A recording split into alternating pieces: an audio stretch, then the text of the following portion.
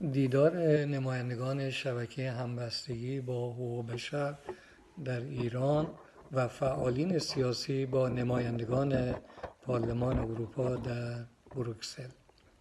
از سوی شبکه همبستگی با حقوق بشر در ایران که متشکل از نهادهای حقوق بشری، اجتماعی، فرهنگی در کشورهای گوناگون اروپا، آمریکا و کانادا است، هیئتی با نمایندگان پارلمان اروپا و مسئولان احزاب اروپایی و رئیس هیئت نمایندگی اروپا در امور ایران دیدارهایی داشتند. در این دیدارها که در روزهای 18 و 19 ماه فوریه انجام گرفت، افرادی از آلمان، اتریش، ایتالیا، بلژیک، فرانسه و هلند شرکت داشتند. دیدار نخستین با کارشناس امور ایران در فراکسیون احزاب سوسیال دموکرات‌های اروپا بود. در این نشست درباره زندانی شدن و اعترافگیری با شکنجه از اسماعیل بخشی و سپیده قلیان و اعتصاب کارگران فولادسازی اهواز گفتگو شد. همچنین از بیماری شدید آرش صادقی و دیگر زندانیان، از خطر اعدام 2 جوان عرب به نامهای قاسم عبداللهی فرزند عبدالله و عبدالله کرملا چمب 34 ساله فرزند عباس از اهالی شوش، از شکنجه و محاکمه زیستگران زندانی در پشت درهای بسته و بدون وکیل، از وضعیت معلمان زندانی و مسائل دیگر صحبت شد. آقای امجد حسین پناهی که چندی پیش برادرش اعدام شد، از قول پدر و مادرش گفت که تاکنون سپاه پاسداران نه تنها جسد برادرم رامین را به خانواده تحویل نداده، حتی نمیگوید که او را در کجا دفن کرده است. به مشاور سوسیالیست‌ها گفته شد که جمهوری اسلامی ایران ابتدایی ترین حقوق انسانی را درباره شهروندان ایرانی بر نمیتابد. در همین روز کمیسیون حقوق بشر پارلمان اروپا نشست ماهانه خود را داشت و وضعیت زندانیان تلاشگر زیستگاهی ایران در دستور جلسه و جزء برنامه آنان بود. ما به عنوان شنونده در این نشست شرکت کردیم. نخست آقای پیر آنتونیو پانزری، رئیس کمیسیون حقوق بشر که شخصاً ریاست را بر عهده داشت، توضیح کوتاهی درباره وضعیت حقوق بشر و اوضاع ایران داد. سپس خانم تارا سپهری‌فر که از سوی سازمان دیدبان حقوق بشر از آمریکا آمده بود، گزارش مفصلی داد و در تکمیل آن آقای امید معماریان هم به کمک اسکایپ برای حاضرین از وضعیت زندانیان محیط زیستی سخن گفت. در کنار آقای معماریان، خانمی از خانواده یکی از زندانیان سیاسی قرار داشت که به شکنجه شدن و شیوه محاکمه فرمایشی زندانیان زیستگاهی اشاره داشت. سپس نمایندگان حاضر پرسش‌هایی را از سخنرانان کردند. آقای بوشنر از احزاب سبز اروپایی که عضو هیئت نمایندگی ایران هم هست گفت ایران با این کارهای ضد حقوق بشری و اذیت و آزار شهروندان خود را بیشتر در جهان و در بین کشورهای دیگر منزوی و گوشه‌گیر می‌کند و با خود می‌جنگد. اگر جنگی بین آمریکا و ایران رخ دهد تنها خواهد ماند. آقای آلبرت گرش به نمایندگی از بخش امور خارجه در ادامه سخنان خانم سپهری‌فر نکات تکنیکی و حقوقی نقض حقوق بشر از سوی ایران درباره شهروندان ایرانی را با دقت با دقت کامل برشمرد. در پایان رئیس کمیسیون هم به عنوان جمع‌بندی تاکید کرد که برای اروپا پیمان جهانی حقوق بشر خیلی مهم و اساسی و رعایت آن از شروط ما در روابط اروپا با دیگر کشورهاست.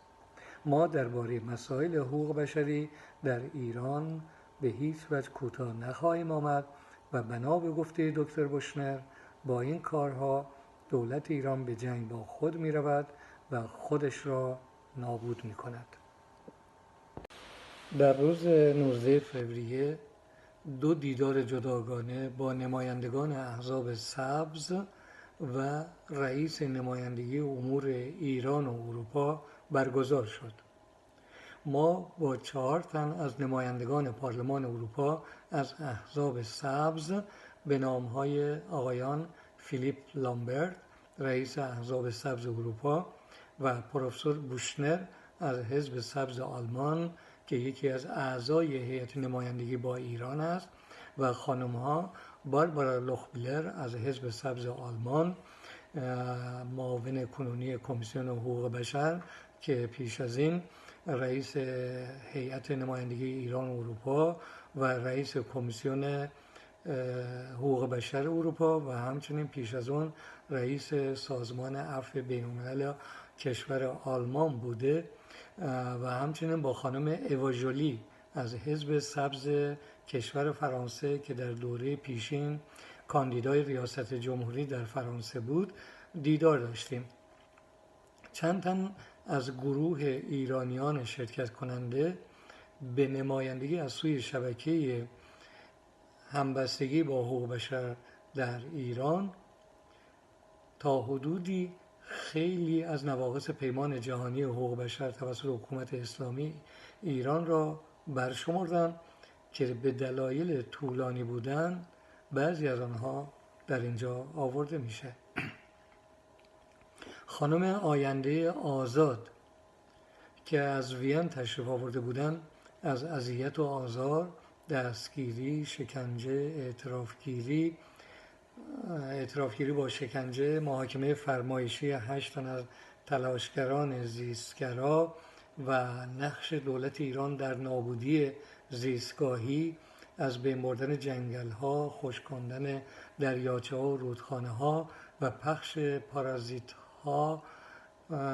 سرطانزا، نابودی و ریشه‌کن کردن نسل ماهی‌ها در خلیج فارس و دریای عمان و غیره به تفسیر سخن گفتند.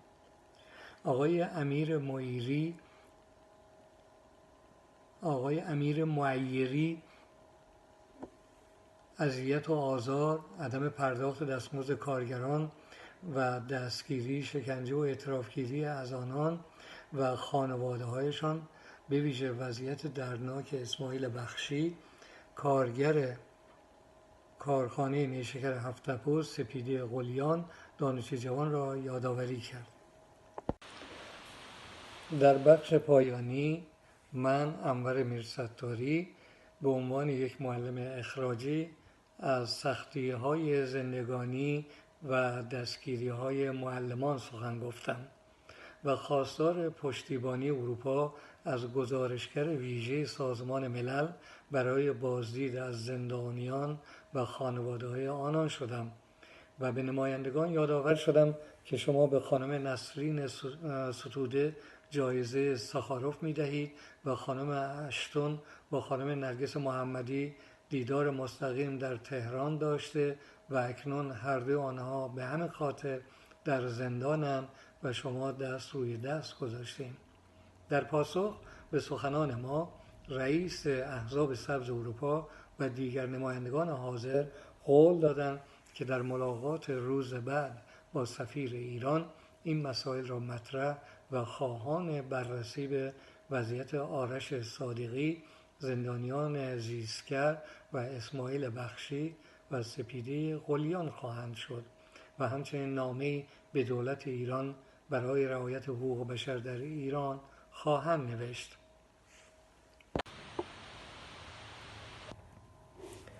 دیدار مهم دیگر ما با آقای لواندوفسکی رئیس هیئت نمایندگی پارلمان اروپا در امور ایران از حزب دموکرات مسیحی‌های کشور لهستان بود.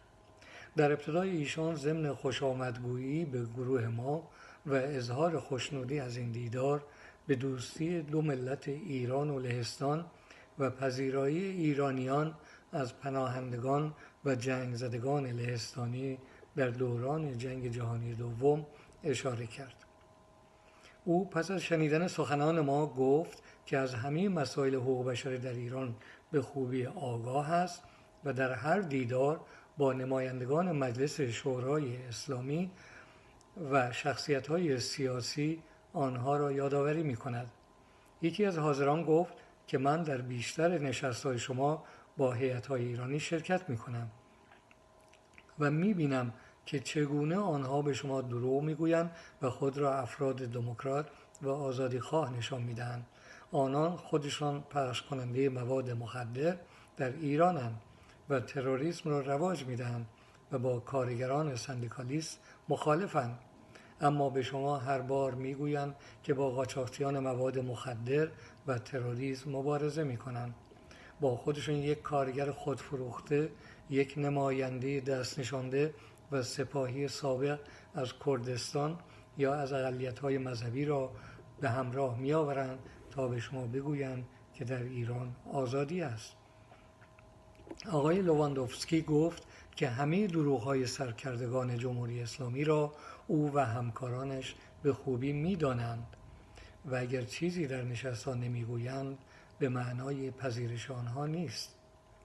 از رئیس هیئت نمایندگی ایران هم مانند نمایندگان احزاب سبز خواسته شد که حکومت اسلامی را وادار کنند تا گزارشگر ویژه شورای حقوق بشر سازمان ملل را به ایران راه بدهند.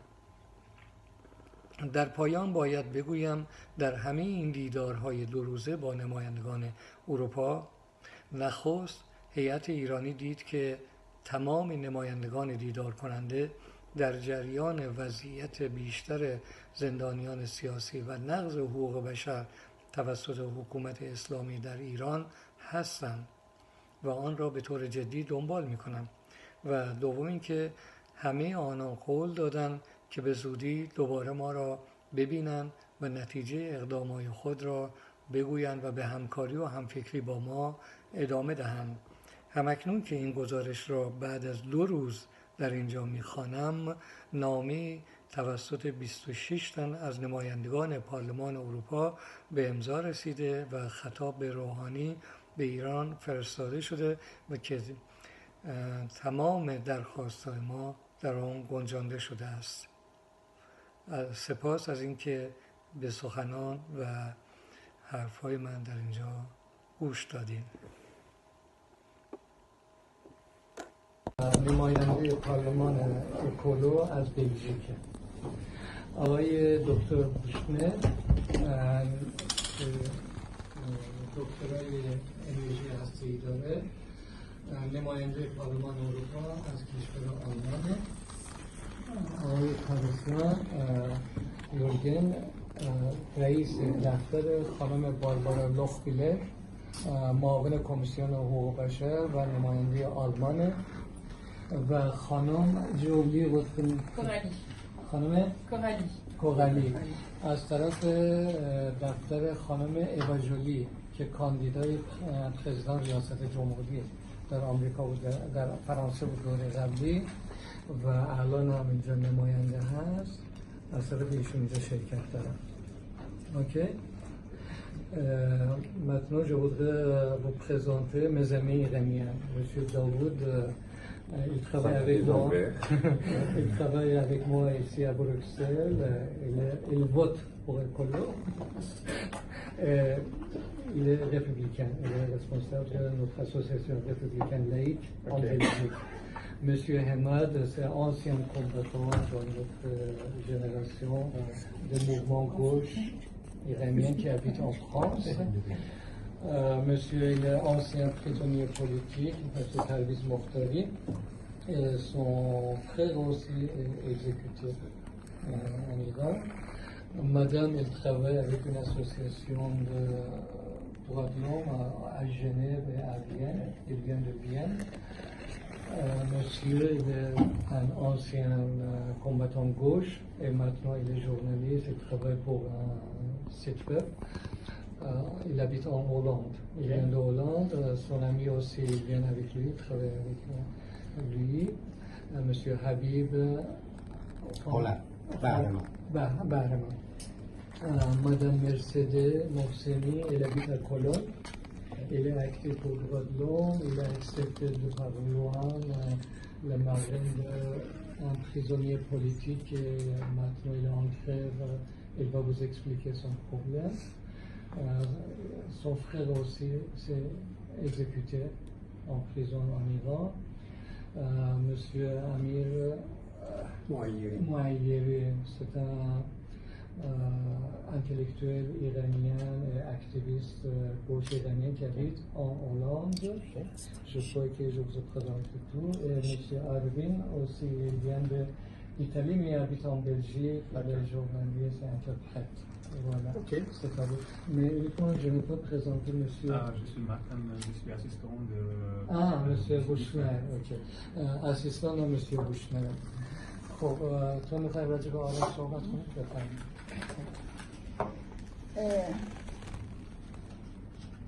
Ich möchte, ja, auf Deutsch sprechen, wenn das okay ist.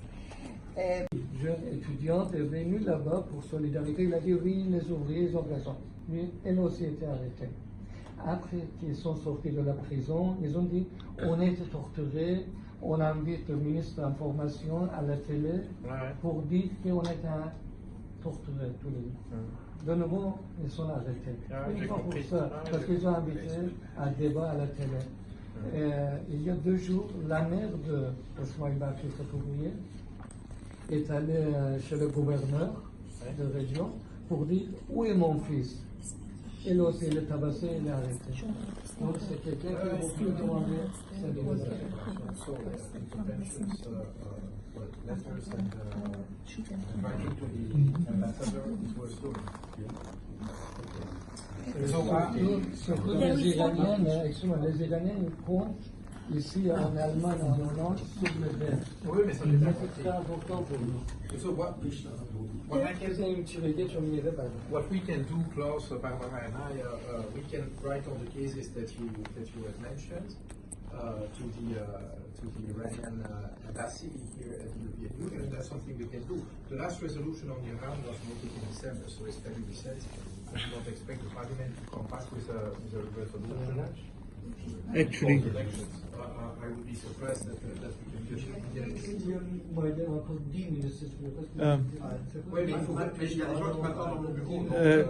Philippe, tomorrow the ambassador will come to my office. So I can give him, of course, the concrete cases. So probably I have only a few of them, definitely not all which were mentioned here. That would be good if I had all the names. But my point is a more general one. You know, I am a nuclear physicist and I'm in the delegation for Iran. So I talk to these people about the issues of the nuclear treaty. And you know about the activities of the External Action Service to make trade possible. And actually, I myself made some ways possible for payment by an Austrian banking consortium.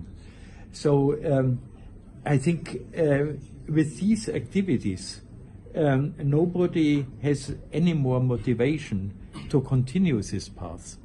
I shall really ask him tomorrow what is the reason. Should we stop our activities to help Iran to continue with the treaty or not?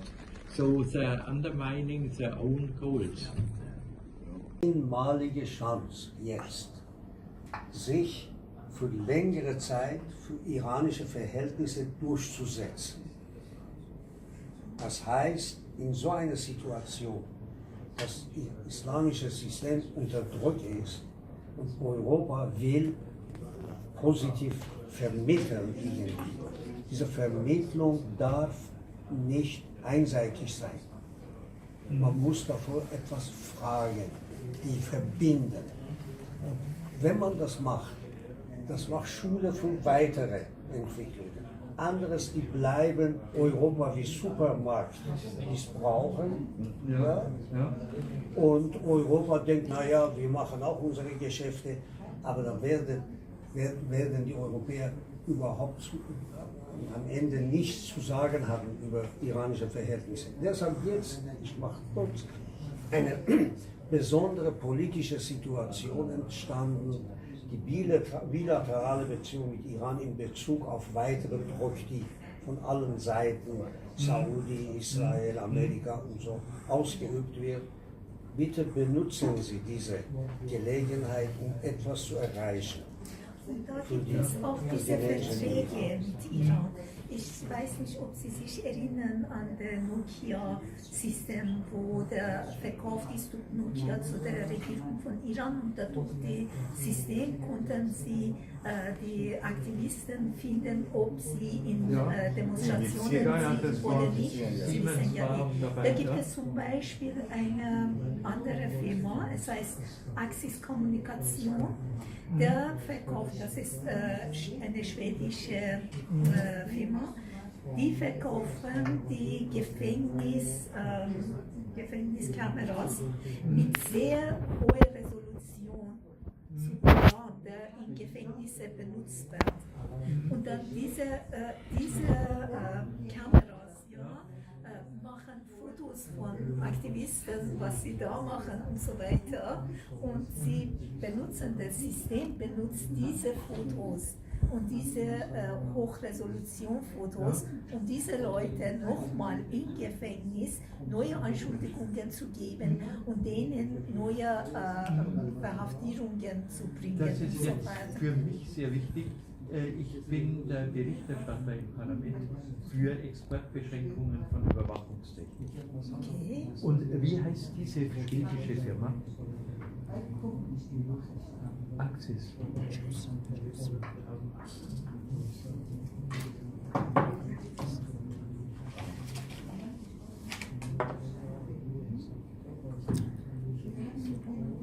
عکس بخشی رو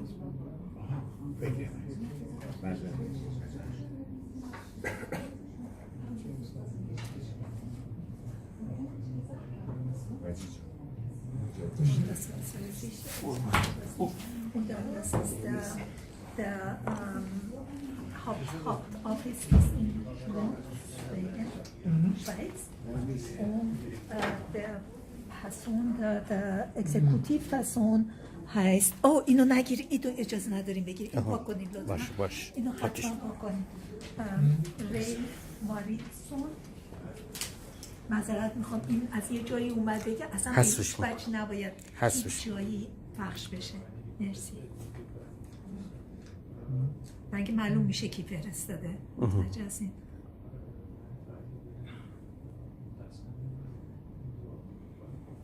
Des interventions ciblées sur des personnes, ça ils sont réceptifs à ça. Oui, ça marche.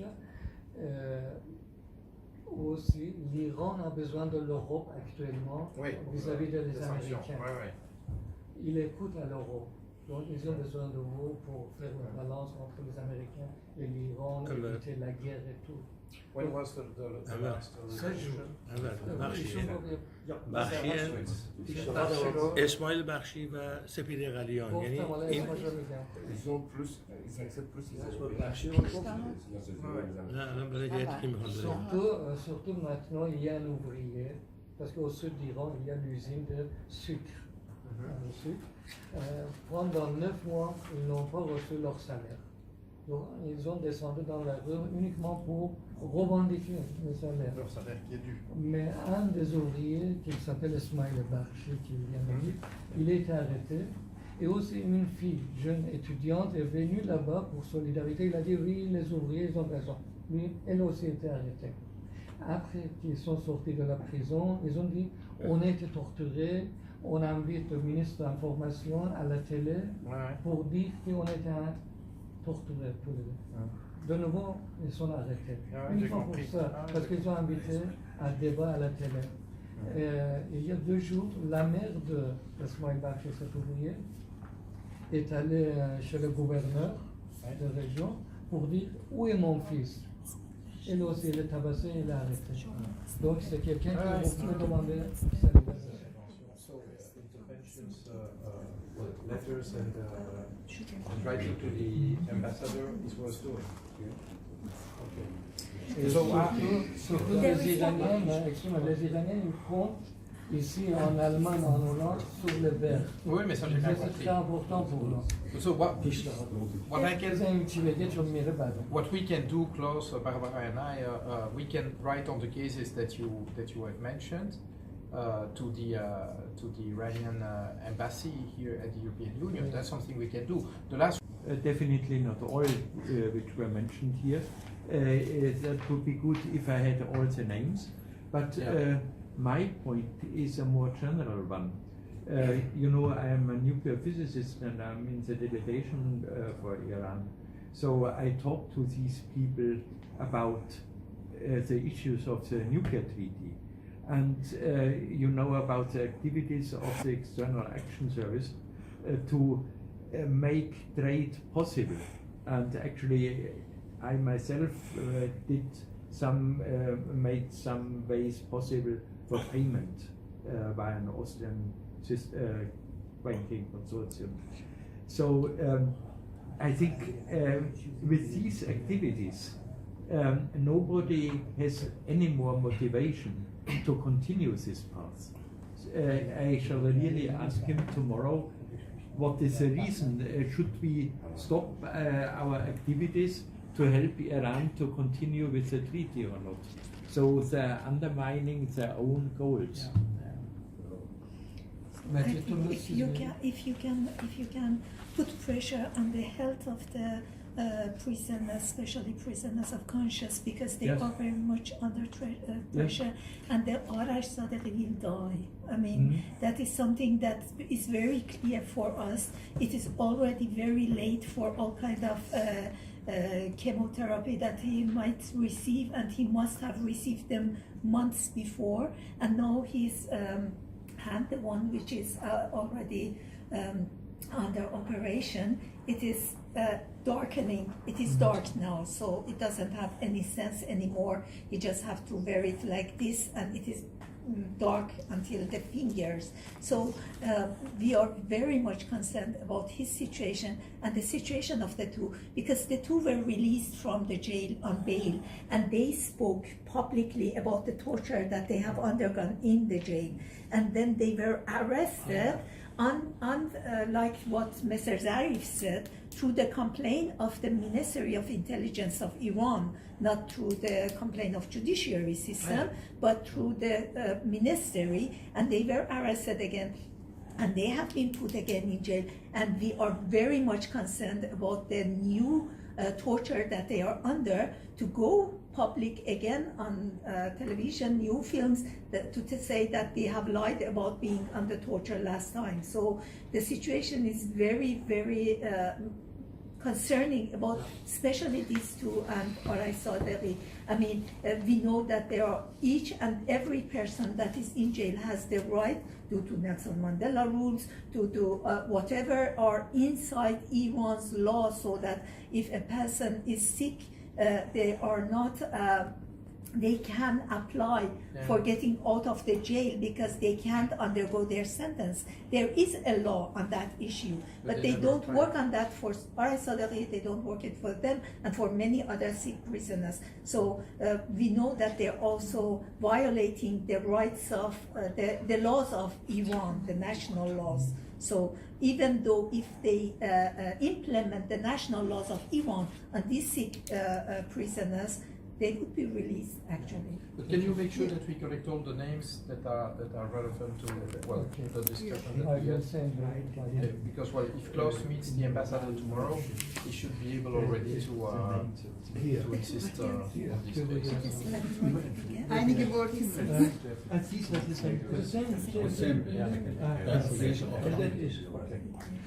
Entschuldigung, einige Worte nur. Wir möchten auch, wenn auch eine UN-Delegation dahin, die erlauben, dass dahin geht oder nicht. Für mich ist ganz klar, dass die erlauben nicht. Aber Sie können, ich wollte Sie bitten, dass mit Briefen, mit Reden, mit der Botschafter über allgemeine Situationen in Gefängnissen. Dass die zum Beispiel, warum so viele Gefängnisse bekommen Krebs in Gefängnissen? Gibt es die haben mir geschrieben, dass auf dem Dach gibt es so viele Antennen, die gestellt, dass diese Bestrahlung auf die Gefängnisse. Oder die haben überhaupt nicht einmal wenigstens pro Tag oder pro Woche eine Essen, das die Körper hilft. Oder die frische Luft. Oder mit Krankheiten, die Krankheiten. Und das ist allgemein in Gefängnisse. Und wir möchten darüber, dass sie über diese Gespräche oder geht das über allgemeine Gefängnisse. Und manchmal auch gibt es eine spezielle Case, wie Arash Sadeghi oder Said Shirzad, das System. Ja, wir schicken per E-Mail die Information zu Ihnen. Das ist das, wir fokussieren. Just one point is that when you make general remarks about the general state of prisons in Iran, they will just deny. They will just say, no, we are handling our prisoners properly, etc. And it's only when you have specific cases that you can say, well, this is not true because case A, case B, case C, case D. Okay. Because if you just speak generally, they will generally deny. And that's the end of the conversation. Okay, machen wir. Ich habe ein Kommuniqué, die auf Persisch für Warschau ausgebracht haben. Und in Englisch werde ich durch meinen Freund zu Ihnen schicken. Die englische Version haben wir auch. Und zusätzlich, wirklich, die Europa ist durch die Weltsituation und amerikanischen Druck, die Europäische Union ist eine besondere Lage. Ja, weiß ich. Glauben Sie mir, was Sie auch diktieren, ja, das sage ich. Sie können es diplomatisch formulieren und ausbringen. Was Sie auch verlangen, in bestimmten Maßen, werden Sie zustimmen, weil die haben niemanden als Europa jetzt in Teheran. Das müssen wir begreifen.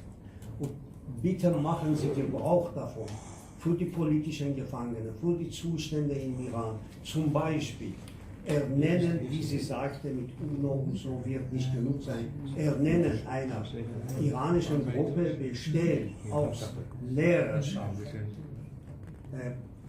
Verteidiger, also Rechtsmenschen und Vertreter der arbeitenden Menschen unter Aufsicht der Europäischen Union in Zusammenarbeit. Das ist eine gute Kontrolle. Ok. Je dois absolument y aller parce que maintenant. Est-ce qu'on peut continuer la réunion? Oui, il n'y a pas de problème, Klaus, c'est toujours Non, pas aujourd'hui. Ah. Par exemple, dans un mois, on se voit de nouveau. Oui, Nous sommes d'accord؟ مثلا یه ماه دیگه دوباره ببینیم توی کنفرانس très sérieux avec beaucoup de conséquences. Ok, ça marche. On prend le temps ensemble? Oui, mais dépêche-toi alors. بیا عکسین همه دست جمع بگیریم. Okay. Hier, gucken Sie, ich habe auch das Foto hier von Ihnen auf dem Papier. Hier, mach das hier. Gucken Sie, das ist der Hand, das operiert wurde. Einige Stunden nur im Krankenhaus mit Fuß und Hand, Wäsche. Und dann ist, gucken Sie, das ist mein Liebesohn. Mein Liebesohn. Ja, in jail and is off. If it helps you. Habe ich schon auf dem Papier. Look at other people. Look at. Es ist so viel Kranke. You know? Yeah. Aber These other people. That was another Dostantwoord.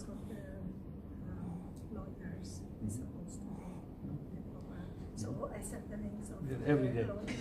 Und Herr Buschner, wenn Herr Limbert über die politische Gefangene, wie viel sind in Schweden? Gucken Sie, mein Bruder war im Gefängnis vor der Hinrichtung, bis hingerichtet wurde.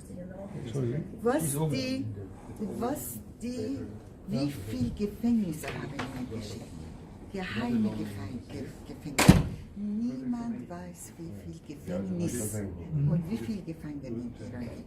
In Isfahan, was meine Bruder da war, wenigstens bin ich mit ihm, die haben mir in 6 Gefängnissen geschickt. Und das niemand wusste da. Und überhaupt in der Kurdistan-Städte oder Balutschistan-Städte. Die sind so viel inhaftiert, dass die Familie haben keinen Kontakt überhaupt, den Namen überhaupt nicht. Die sind nur die Leute, was wir wissen, dass die Familie Kontakt mit einer Menschenrechtsorganisation haben, dass die Namen gibt. Aber wie viele Leute, die im Gefängnis sind, niemand weiß. Die haben, in welchem Land ist der Umweltschützer ist im Gefängnis und in Hinrichtung gefallen. In welchem Land wirklich? Und warum? In welchem Gefängnis passiert das? Jährlich Gefangene Selbstmord. Und das ist Lüge, die machen so viel Spritze oder sowas, dass die sterben, zum Beispiel Herr Kavusi, das von Umweltschutzessen, das im Gefängnis, sie haben gesagt, gebracht. Die Familie haben gesagt, so viele Gesichter. Ich weiß nicht, was für eine Spritze ist, das Herzinfarkt bekommen. Die toten die Leute so. Und die sagen, selbst mit was? Die können nicht eine Nadel haben im Gefängnis. Mit was haben sie selbst? Die können nicht so ein Tuch haben. Die können das machen. Was man fragt, ja gut. Warum lässt ihr nicht Opposition? Warum?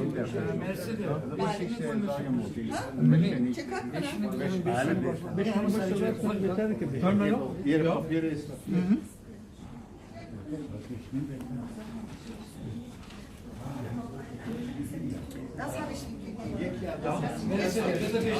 Aber kann ich sagen, dann kommt die Stunde am Anwalt.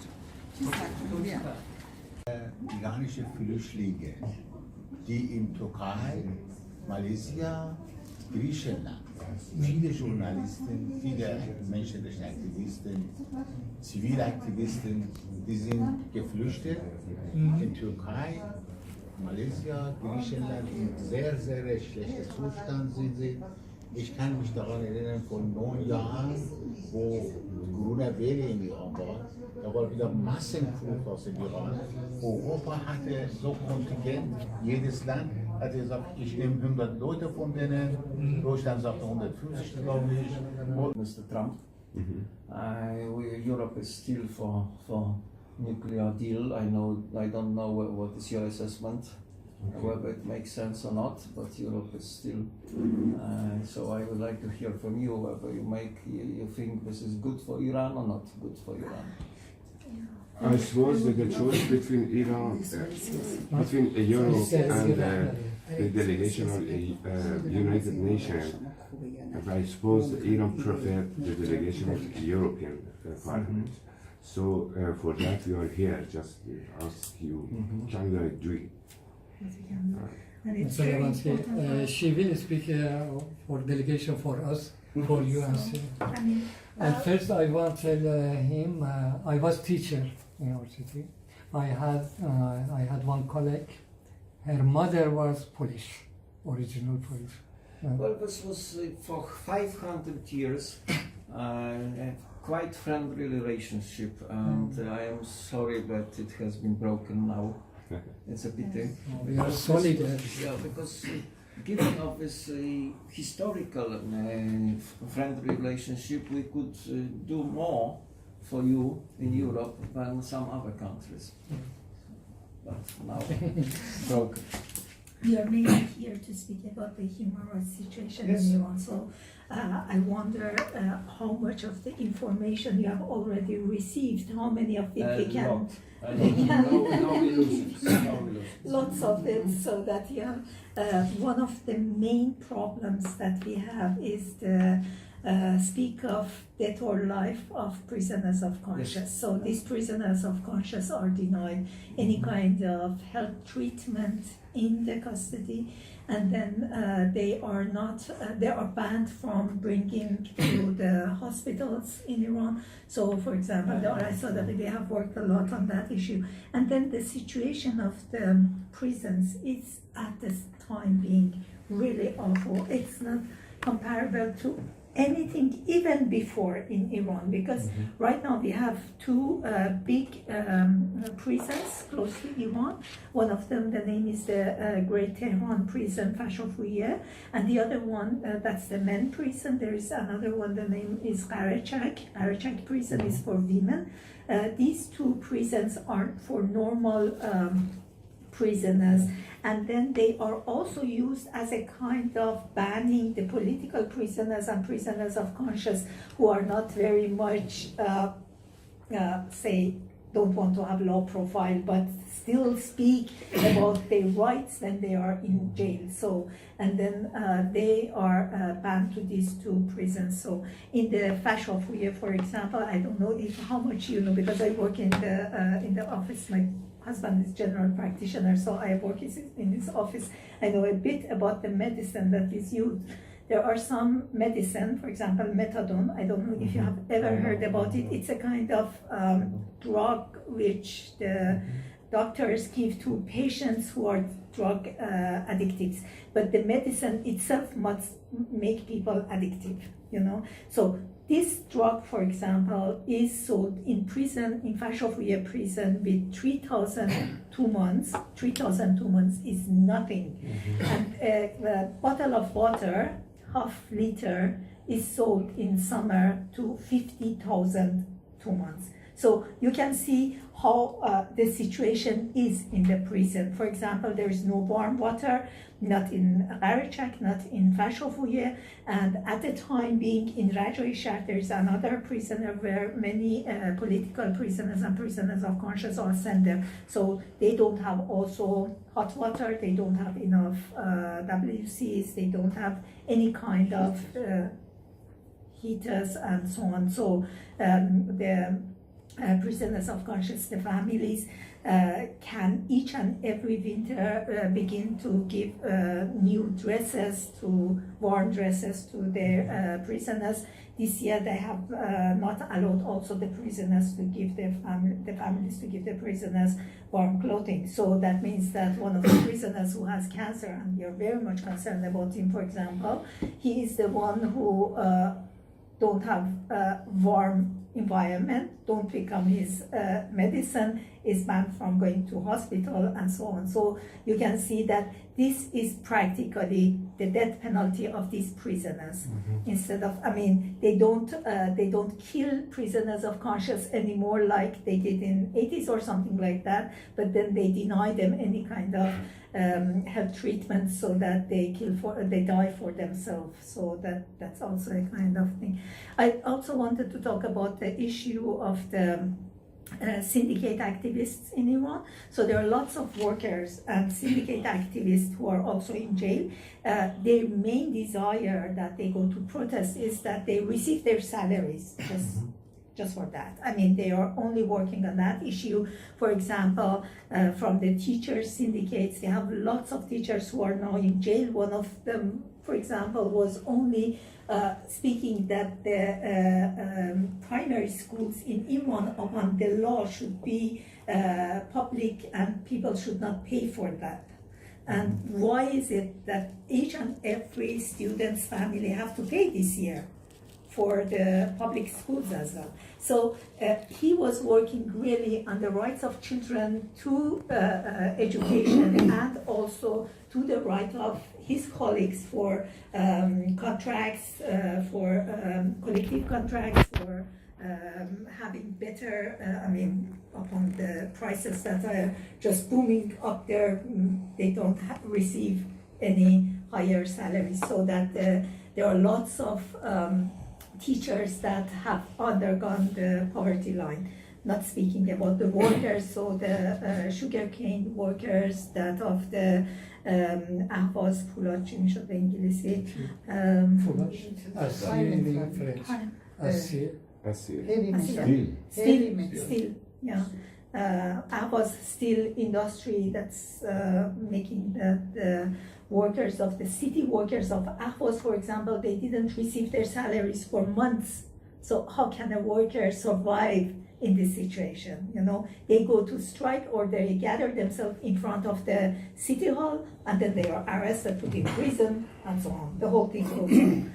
So, and there was one other general thing that I wanted also to talk about, and that was the situation of ethnic groups in Iran. So, people who live in border provinces of Iran are very much under pressure. And then for the things that are really happening, for example, in Tehran, the person is arrested, put in jail for 6 months or so, they become 10 years of imprisonment, for example. So the whole situation is very much security basic. So these people are, they become more death penalties. When they are arrested, they become higher imprisonment sentences.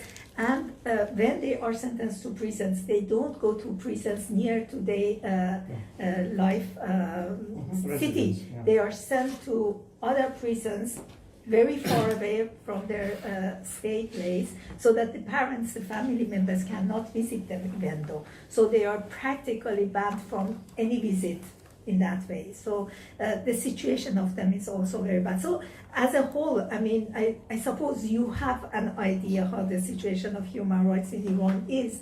What we are asking you is that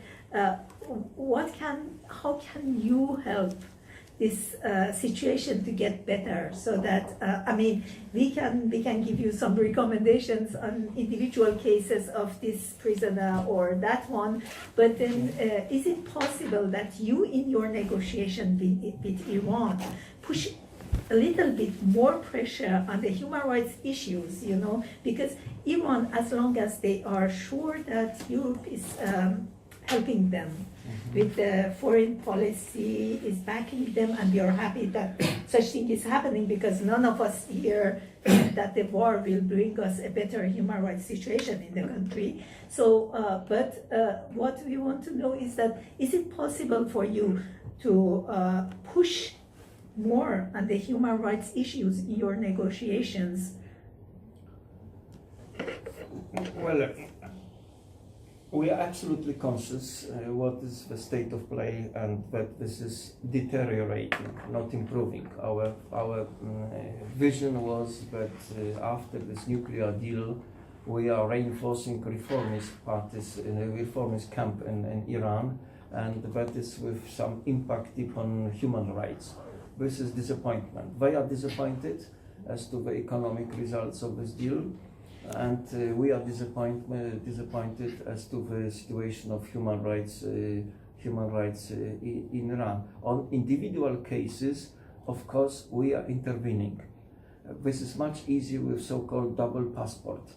When somebody is a citizen of Scandinavian country and so on, this is immediately provoking reaction from Denmark or the other country. But this is much more difficult with Iranian citizens, of course, because no one single country is directly involved.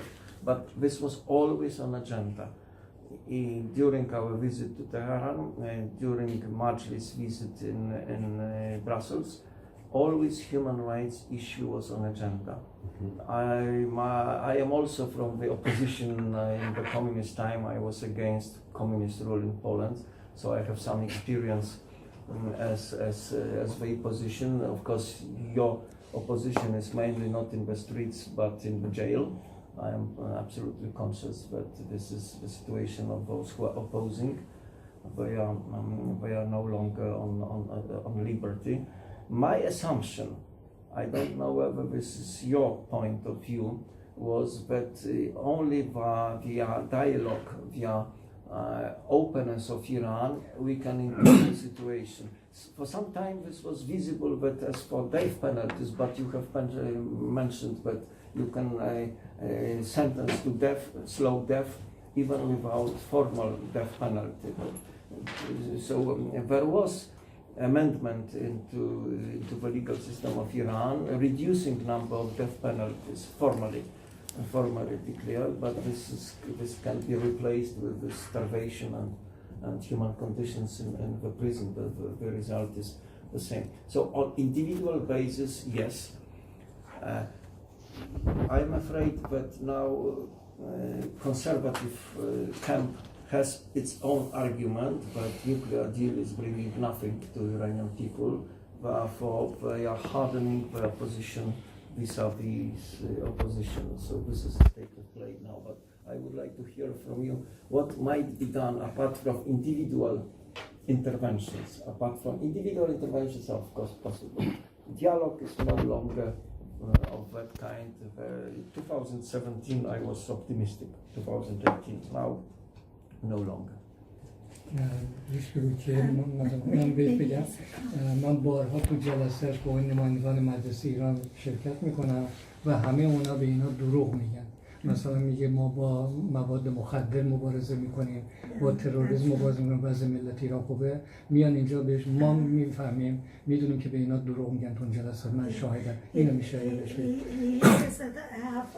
Many times took place in the negotiations, sittings of you with Iranian delegations, and then we have also heard lots of lies that they say to you, and they are speaking about. I am from a communist time, but it's not. You know that because what he's saying, what they are saying about the addict, drug issues, that they are against terrorists, they fight against terrorists and drug, and that's why they need this and that, or the issues. We know that that's not the case. But you were speaking about also the dual citizen people. One of my friends, one of the first person that I met in Austria at all, a friend of us, we were both students then, is now in jails in Iran. In jail. Mr. Kamran Qaderi, there was also a resolution, I suppose, in some months ago about him. And then his son don't know his father. Nothing has changed. Nothing. Now this is our dialogue in Iran is much less fruitful. I have the impression, but a year ago they were listening and reacting somehow. Now this is not. Excuse me, how do you see the situation from here to next family? For sure, Iran is so important that we should have not just Middle East delegation, but Iranian delegation here. Whether I am to be again, I don't know. But for sure, it is going to be again Iranian delegation in this parliament. And the most important is to see someone who has some experience how to deal with authoritarian and totalitarian regimes, because he's less naive simply. Yeah, you know, different ways you have tried, but never ever doesn't go. Really, I'm like Iranian. I never come to the psychology, government psychology, and how can put the depression on. First of all, my understanding is that we cannot insult Iranians because they are very proud civilization. You should respect that Persian civilization is a huge older than our civilization. There is different. So you cannot teach them how to make a living. You cannot, because you are insulting them when you are teaching us. You should be like Europe. Persia is different. Iran is different culture, different civilization. So respect is number one precondition for real dialogue. Okay. But then Iran is a member of several international conventions on human rights. And here is the point.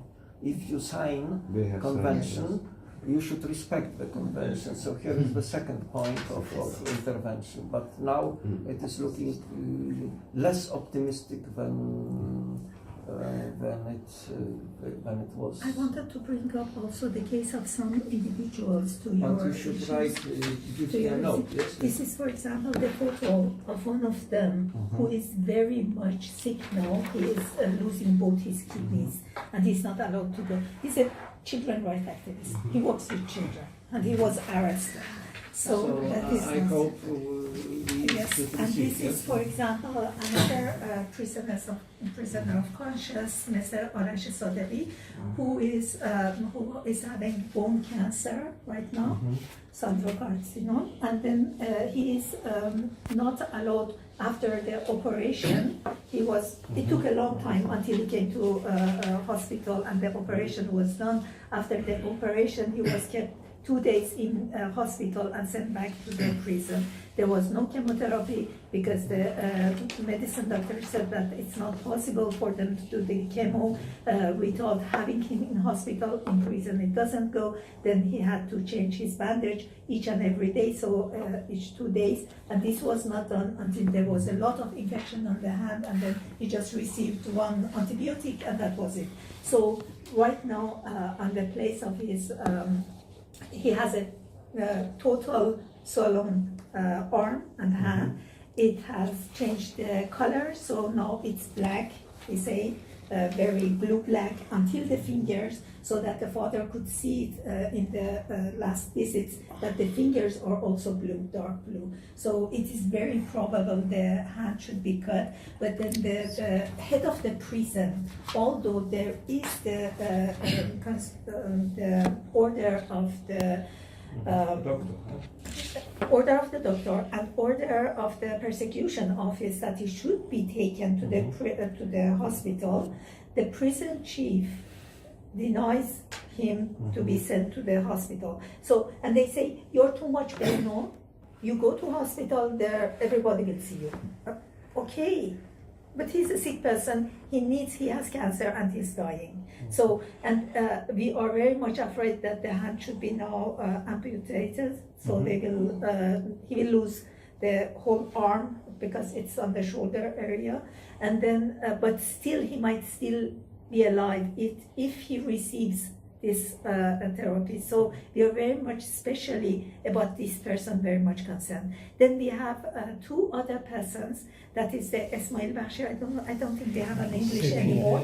Sepide Qolian and Ismail Bakhshi. Ismail Bakhshi is the syndicalist from the Haftape sugarcane. From the Haftape sugarcane company, and they were just standing there for their salaries. They went on strike because they didn't receive salaries for such a long time. And then the Sepide Qolian was a journalist in the area who covered the news of their strike. So the 2 were arrested, they were taken in jail, they were tortured in jail, and then after a while, that they had some recorded video interviews telling that we have done wrong, everything was wrong, what we have done, and so on.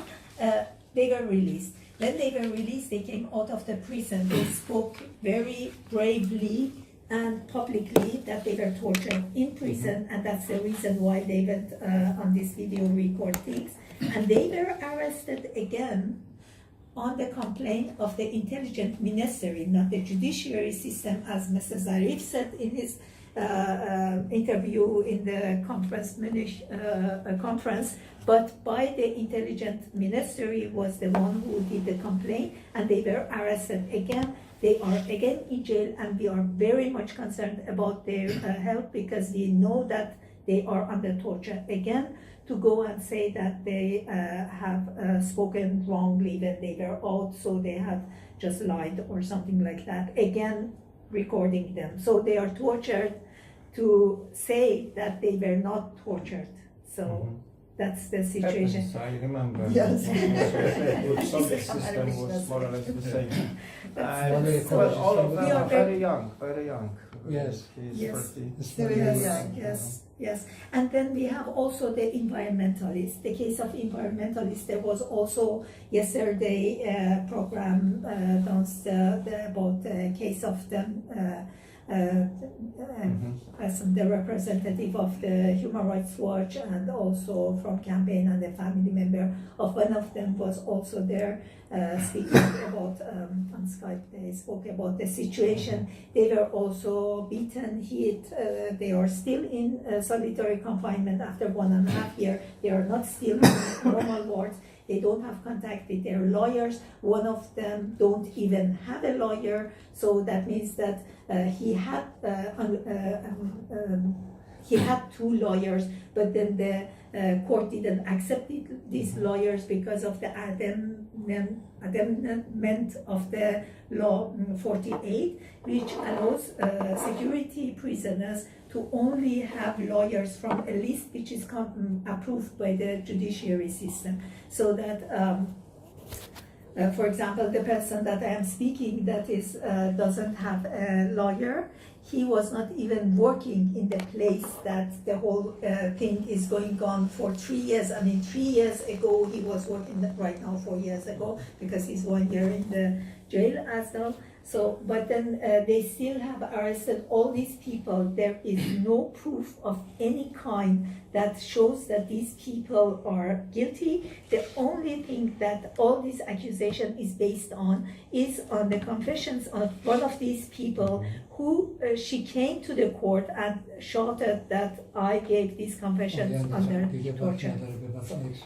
فقط آخرین چیز بگو که ما انتظار داریم همیشه به ما اجازه بده ما این گروه بیاد باهاش دیدار داشته باشیم. We would very much love to, we know that you are very short in your time, but that if we can follow these kind of meetings and then sending you all the information that could be of help for you, but you should also tell us on which direction, on which issues you would like to have this information so that we send it to you, that you can use it in your negotiations also on the human rights issues. Not much, unfortunately, of negotiations because we are approaching elections. So there are now,